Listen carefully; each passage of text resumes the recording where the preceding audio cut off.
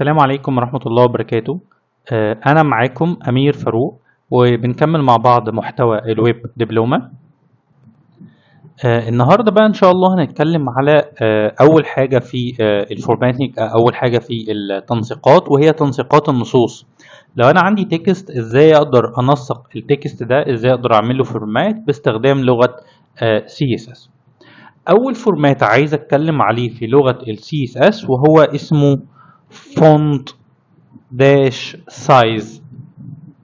font size مقصود بيها حجم الخط، واحنا اتفقنا المره اللي فاتت ان انا دايما بكتب البروبرتي نيم او الفورمات بتاعي، بعد كده كولوم، بعد كده الفاليو. فاول فورمات عندي font size، وهو خاص بان انا عايز اعمل فورمات لحجم الخط.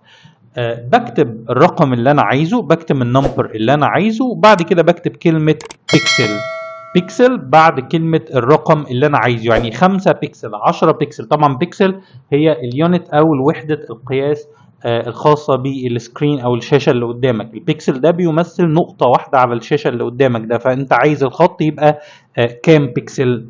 طيب تعالوا نروح نجرب كده. أنا عندي ده شكل هلو وورلد اللي احنا كاتبينها المرة اللي فاتت. هروح على ستايل، طبعا احنا عاملين باراجراف، والباراجراف ده كاتبين هلو وورلد، ومدين الباراجراف ده كلاس اسمه كونتنت. وطبعا انا عامل لينك مع الفايل السي اس اس اللي اسمه ستايل شيت دوت سي اس اس. هروح اكتب بقى التنسيقات بتاعتي زي ما انا عايز. طبعا عشان انده على الكلاس لازم اقول له دوت، وبعد كده اسم الكلاس بتاعي كونتنت. اول تنسيق عندي اسمه فونت سايز. فونت سايز وليكن قلت له مثلا 24 بيكسل، بكتب الرقم بتاعي، وبعد كده بكتب الوحده بتاعتي اللي هي بيكسل. اعمل سيف، ارجع على البراوزر، اعمل ريفرش، الاقي عندي الفونت سايز بتاعي كبر زي ما انتم شايفين. يبقى انا دلوقتي لو انا عايز اكبر حجم الخط بتاعي، اقدر اكبر حجم الخط من خلال فونت سايز.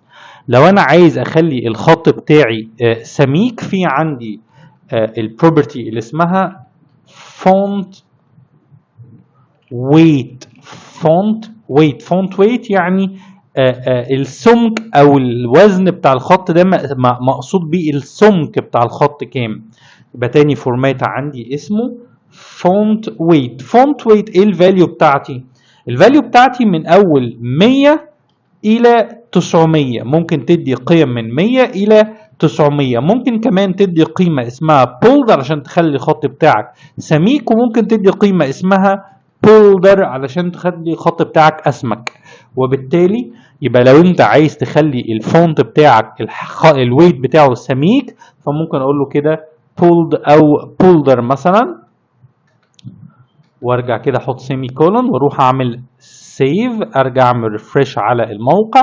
زي ما انتم شايفين كده الخط بتاعي اصبح بولد.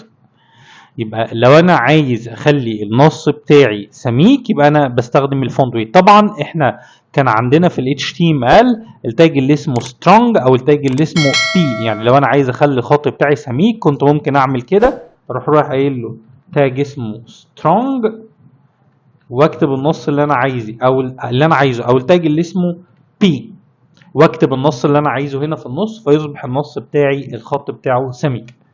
ولكن السي اس اس انت بتتحكم في درجه السمك زي ما احنا قلنا كده. اقدر اتحكم في درجه السمك من اول قيم 100 الى 900، او ممكن اقول له بولد او ممكن اقول له بولدر. يبقى السترونج او البي بيديك درجه واحده بس من السمك، ولكن لو حضرتك استخدمت الفونت ويت هتقدر تستخدم فرايتي من الويت او فرايتي من الثيكنس او السمك بتاع الخط بتاعي. وبكده تكون انتهت السيشن بتاعتنا النهاردة. أتمنى أن السيشن تكون كانت سهلة وبسيطة. لو حد عنده أي سؤال ما تترددش أبدا في أنك تكتب السؤال بتاعك في الكومنت، وأنا دايما موجود عشان أجاوب على كل استفساراتكم. وما تنسوش تدعمونا بلايك وشير وسبسكرايب علشان المحتوى بتاعنا يوصل لأكبر قدر ممكن من المتابعين.